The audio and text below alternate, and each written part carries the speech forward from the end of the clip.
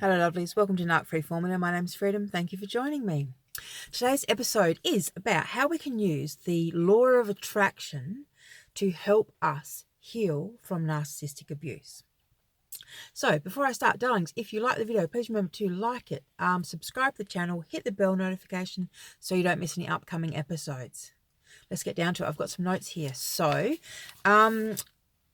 if you know, I mean, most people know what the law of attraction is, but for those of you who don't know, we'll just summarize it and say that the law of attraction is the kind of concept that the universe or God or a higher power or whatever you want to call it. So the universe works in mysterious ways, and we are in part of the universe, and we are the universe. So it's a set of kind of principles that, things like, as within, so without. So what your inner world looks like, your outer world looks like. There's a set of, I think it's 13 Hermetic principles. I think that's what they're called.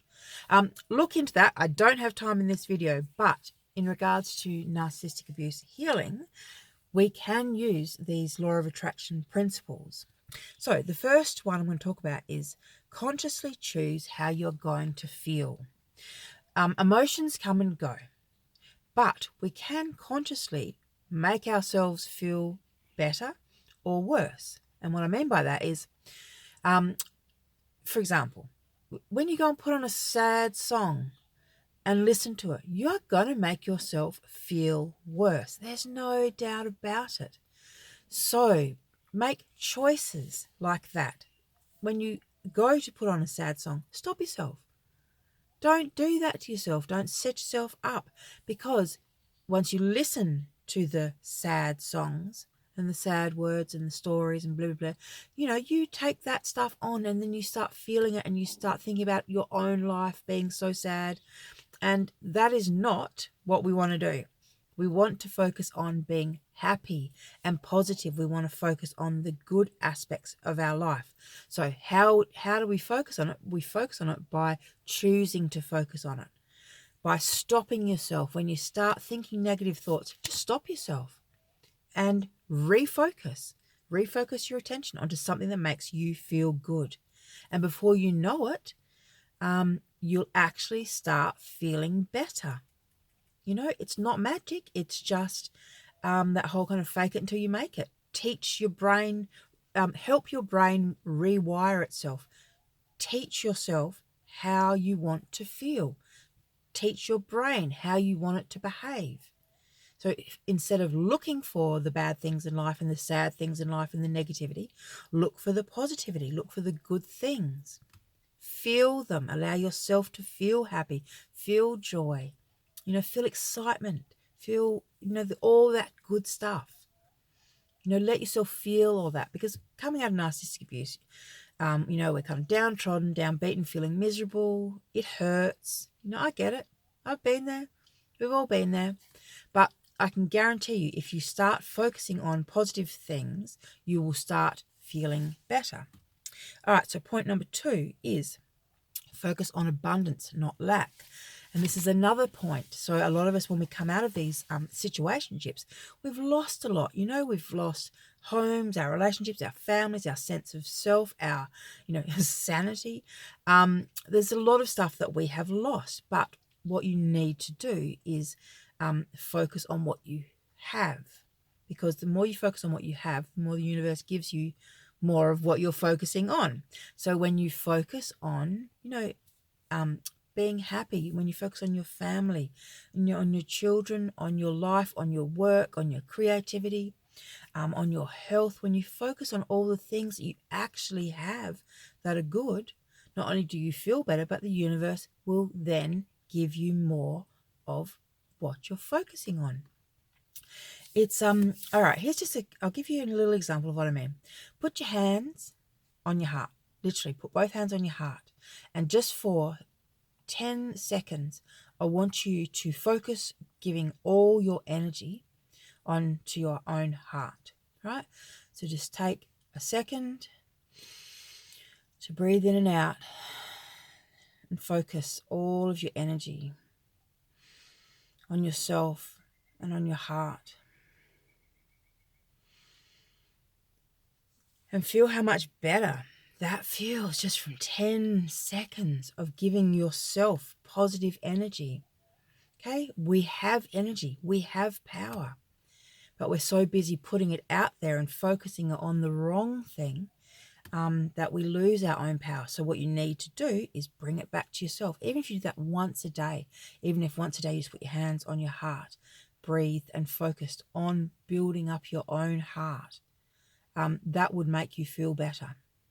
And it helps calm your nerves as well. You know, there's a lot of people that are still dealing with kind of PTSD and, you know, all that kind of stuff coming out of these situationships. All right, so point 3, consciously choose who you have around you. This is really, really important. You do not want people around you who reinforce that the world is dangerous, that the world is a bad place, that there are, you know, that men are mean, that, you know, men are dangerous, that men are cruel, that all men are bastards. You don't want to have people around you that reinforce that.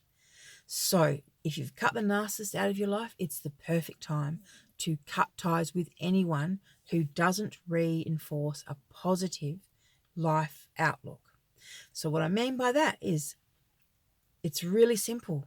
You know, if people make you feel bad, get rid of them. You don't need them in your life. If people make you feel sad, confused, if people make you feel little, like you don't understand, you know, that you somehow insignificant, not as, you know, important as them, just get rid of them. Absolutely get rid of them. The people you should have in your world are people that make you feel good, that build you up, that, sure, they might challenge you, and that's fine. It's good to be challenged. It's good to grow. But you don't want anyone around you who tears you down. There's a difference between challenging someone so that they grow and someone tearing another person down. Totally different. And narcissists often do the whole, you know, they kind of treat us as though the things that they say that are put downs, you know, are really in our best interests, and that we're just being soft, but, you know, or sensitive. And that's not the case. So you don't need any more negative Nancys around. You don't need anyone who thinks they know better than you. You don't need anyone who brings you down in any way, shape or form. So now's the perfect time to cut all of those people out of your life. Just have people that reflect good things back to you and reaffirm the things you believe about the world.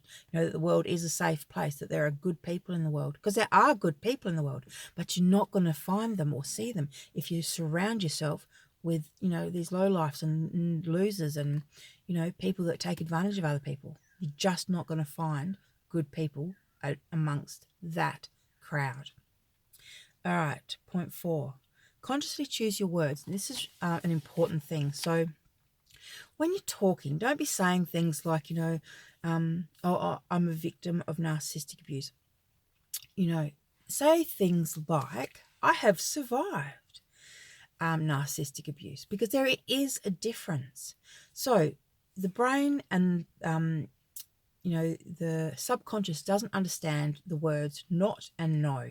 So, for example, if you're going to say, I'm not a victim, the brain doesn't hear that. It just hears I am a victim. It doesn't hear the word not. So what you need to say is I am a survivor.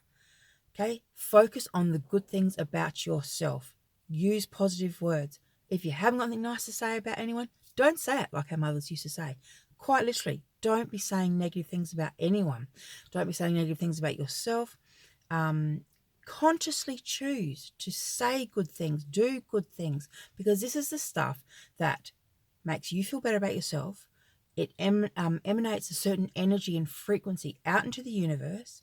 The universe hears and sees that and reflects it back to you. So your outer experience of the world will be changed by you being different. You know, if you are the same and you go out into the world, you will experience the same. So the same thing you experienced before, you'll experience it again unless you change. Which brings me down to, I'm going to change up point 5 and 6. So point 5, do the work on healing and growing as an individual. That's really important that we do this work, because otherwise we are just the same and we expect our exterior world to change, but we are still the same. That will not happen. That's not how the law of attraction works. You need to be the change you want to see in the world. So do the work on yourself, do the personal growth stuff. Look at how and what just happened and why. Just do all of that work, because that is how you will ensure that it will not happen again. And the final point is expect better than that. Expect better than that. The universe will give you what you expect and believe you are worth. So if you put up with abuse, the universe hears you that you like that, and that's fine. That's what you get more of. If you don't put up with abuse, and remember, you have to show people how to treat you. So as soon as someone is abusive, set up a boundary. As soon as someone treats you the wrong way, says something wrong, set up your boundaries. That's what they're there for. It's like when you meet someone for the first time and, you shake hands and you say, oh, good morning, Mrs. White. And she says, oh, no, just call me Jan. That's fine. That's a boundary right there.